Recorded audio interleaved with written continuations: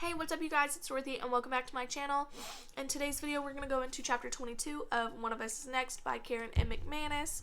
We are chugging along through this book so freaking fast, and I am so excited that we have been able to get into this book, and it's a really good book and it's juicy, and I can't wait to see what else happens. So let's get right into this video. This video may contain sensitive topics and foul language. If you do not wish to continue, please click off of the video now. You have been warned. Chapter 22. Phoebe, Thursday, March 26th. The giraffes crawled across the dividing wall next to the paper towel dispenser in the girls' first floor bathroom is brand new. Written in wavering blue ink, Phoebe Lawton is a total, except I can't read the last word because somebody crossed it out with a black Sharpie. Thank you, unknown benefactor, who was probably Maeve. Then again, no, she'd have covered the whole thing so I wouldn't see my name. My hands don't even shake as I'm washing them. At this point, personalized graffiti in the bathroom is nothing. In the past few days, I've gotten 2 more Instagram messages from Derek, cleaned up after my sister twice, and flunked a science test because I can't concentrate in this hellhole. Plus, Maeve keeps texting me screenshots of that form she's gotten obsessed with all over again, where somebody named Dark as Mine constantly yells, "Where are you, Bayview 2020?" like it's some kind of missed connections board for freaky loners. Me, I'm just relieved the school is over for the day and I can forget about Bayview High for a few hours. I'm pulling a paper towel from the dispenser when the door opens, and a second later Jules appears. "Oh, hi," I say, flustered. I haven't talked to Jules since I watched the video Louise took from Sean's phone.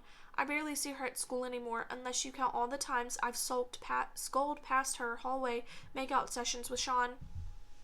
"Hey," Jules says, her eyes flickering toward the graffiti. She doesn't look surprised. I'd love to think she's the one who half-heartedly crossed it out, because at least that would mean she still cares a little bit about me, but it's just as likely that she wrote it in the first place, considering how far up Sean's ass she is now. She'll even lie for him, something I'd never have believed is possible if I hadn't seen the video with my own eyes. I toss my wet paper towel in the wastebasket. "How's Sean?" Her mouth purses as she pulls out a tube of lip gloss and unscrews the top. "Don't pretend you care." Watching her outline a perfect pout makes me acutely aware of my own dry lips. I pull a tube out of Burt's Bees lip balm from my bag, grimacing when I realize it's coconut flavored, my least favorite. I swipe it across my mouth anyways. He must miss Brandon, though. Jules' eyes go flat as they meet me at mine in the mirror. What's that supposed to mean? I shrug. Nothing. I just feel bad for him. Even to my own ears, the words sound fake. She hasn't been acting like someone who lost his best friend. He hasn't been acting like someone who lost his best friend. If anything, he's swaggering around Bayview High more than ever. Do you think there's any possibility that someone wanted Brandon to get hurt? Knox asked that, and I brushed it off as too ridiculous to even consider. Still, Sean was still standing right next to Brandon when he died, egging him on. Sean sounded shocked and terrified in that video, but let's face it, he proved since then that he can play a part when he has to. I gaze at my reflection in the mirror and I tug on my ponytail to tighten it. Pretty scary to know it could have been any of you, huh? I ask. What? Jules blinks at me, confused. Any one of you could have fallen through the landing, since you were all going to take the same shortcut. Jules' face is blank a few seconds too long. She's not a particularly good liar once you know to look for it. "Oh yeah," she says finally. "Just random chance that Brandon went first," I add. I don't know why I'm still talking or what I'm hoping to get out of the conversation. Jules won't confide in me. She picked her side a while ago, but there's still a part of me hoping to spot a crack in her armor. Some sign that we could talk like we used to. "Hey Jules, did you know that lying to the police could get you in trouble? Don't you think Brandon's parents deserve to know what really happened? Did you ever think your new boyfriend might be a sociopath?" "I don't really like to talk about it." Jules smacks her lips and drops the tube of gloss in her bag, then flips her hair over one shoulder and turns for the door. "I have to go. Sean and I have plans after school." "Me too," I say. Her eyebrows shoot up. I have plans too. Sort of. I'm working, but I'm bringing friends, so it counts. Jules looks at me appraisingly. She knows my social options are pretty limited right now. "You and Knox," she guesses. The disdain in her voice is clear enough that I know exactly what she's implying. I resist the urge to say it's not a date, and Maeve. Jules smirks and heads for the door, yanking it open. Well, that sounds like a fun menage a trois. I stomp after her, trying to marshal some kind of comeback, but as soon as she hits the hallway, she's engulfed in the octopus-like embrace of Sean Murdoch. "Baby," he growls, suctioning himself to her face. I skirt around them, my jaw clenched suddenly, wishing I tried to make the Nate thing happen while I had the chance. Excuse me. Cafe Contigo is quiet for a Thursday, and by 4 o'clock most of the people in the restaurant are staff. Mrs. Santos is making a rare appearance at the cash register, gestures me over. When my only customer gets up to leave, the other waiter on duty, is leaning against the counter beside her, his eye on the table full of hip young baby moms sitting in his station with expensive strollers. They're all wearing cute yoga clothes. Their hair is half carefully messy ponytails. The babies have been quiet since they arrived, but one of them has started to fuss. Hush, hush, the baby's mother says in a sing-song voice, moving the stroller back and forth. You're okay, go back to sleep. Looks weary, and I don't blame him. I have 5 cousins under the age of 3, and I know for a fact that as soon as one baby starts to cry, the rest of them will join in solidarity. Why don't you go ahead and clock out, Phoebe, Mrs. Santos says. She's a tall, slender, and expensive dark eyes and elegant cheekbones. Luis gets his good looks from her. Addie will be in at 5, and can handle the room until then. Okay, I say, starting to untie my apron. Still hovering beside Mrs. Santos with his eyes on the yoga mom tables, asks, Did you give Phoebe that thing, Miss S? We both blink at him, and he clarifies, the note. Mrs. Santos makes a tisk sound, shakes her head. I completely forgot. My apologies, Phoebe. Said someone dropped this off for you earlier. She roots under the counter and hands me a sealed envelope with my name scrawled across the front. A young man. What did he say again, That you were expecting it. Said the blondest yoga mom. Says the blondest yoga mom waves her hand to catch his attention, and he starts across the room toward her. Expecting what? I ask, but he doesn't hear me.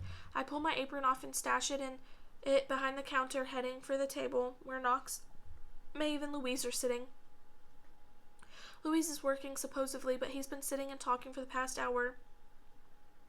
I could swear that every time I look over, his chair's a little closer to Maeve's. She's been looking especially pretty since she got her test results back, and today she's wearing a fitted t-shirt with shimmery gold threading that brings out the honey color of her eyes. That expected clean bill of health has her particularly glowing, or maybe something else does.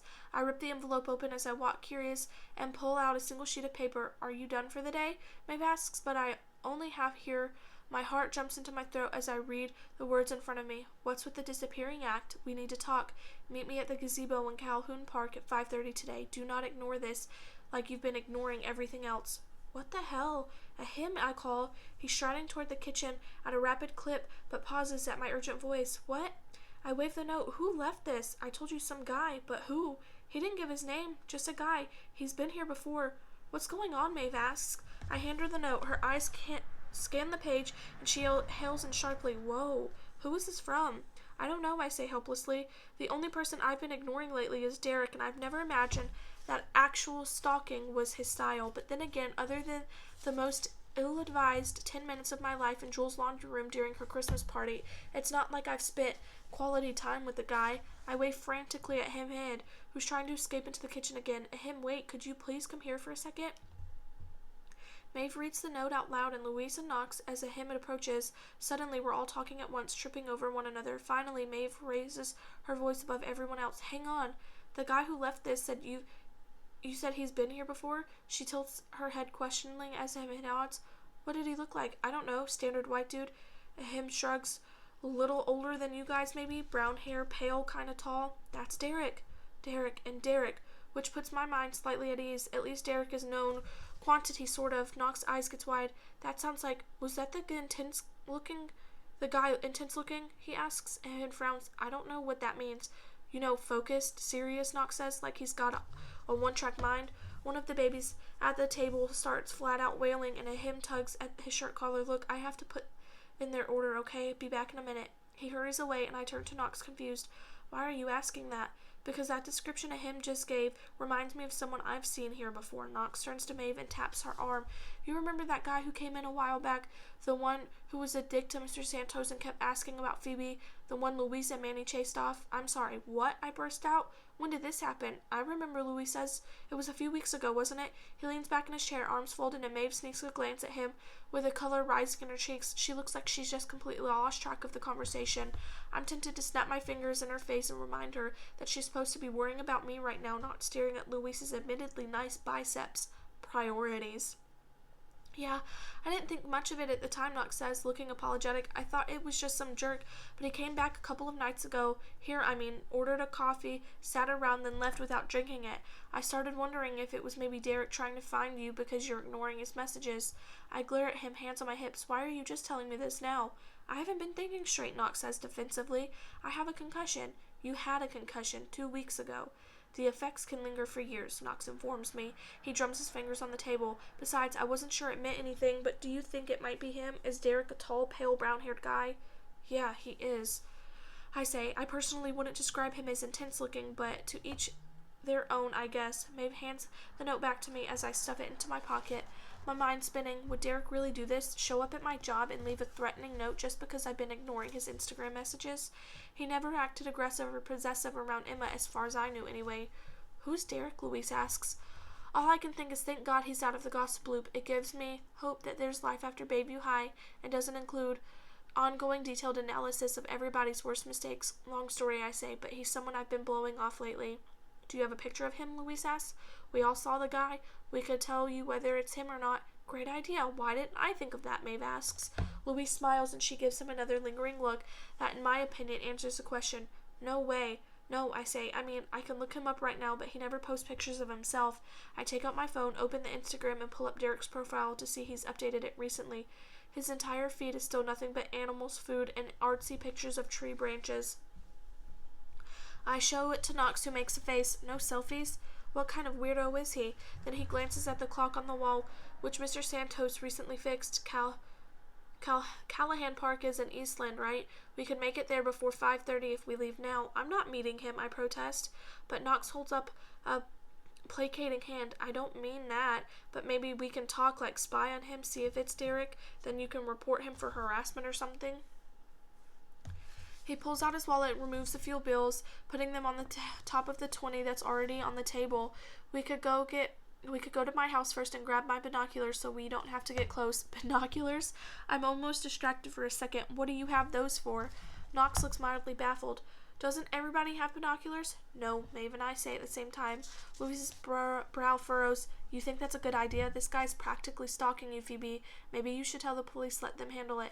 But I don't know for sure if Derek wrote the note, I say. His Instagram messages were a lot more polite. I turn to Maeve. Can you drive us? She twists her dark hair over one shoulder and nods. Yeah, of course. I'll come with you, Louise says intensely. It's quiet here. I can leave. Okay, I say, trying not to sound as relieved as I feel. I love Knox and Maeve, but they're not exactly my first picks as backup if anything goes wrong. Whoever this guy is, Louise scared him off once, and I'm pretty sure he can do it again. It's a plan then. Let's do a little stalking of our own. That is the end of chapter 22. I will see you guys in the next video. Bye.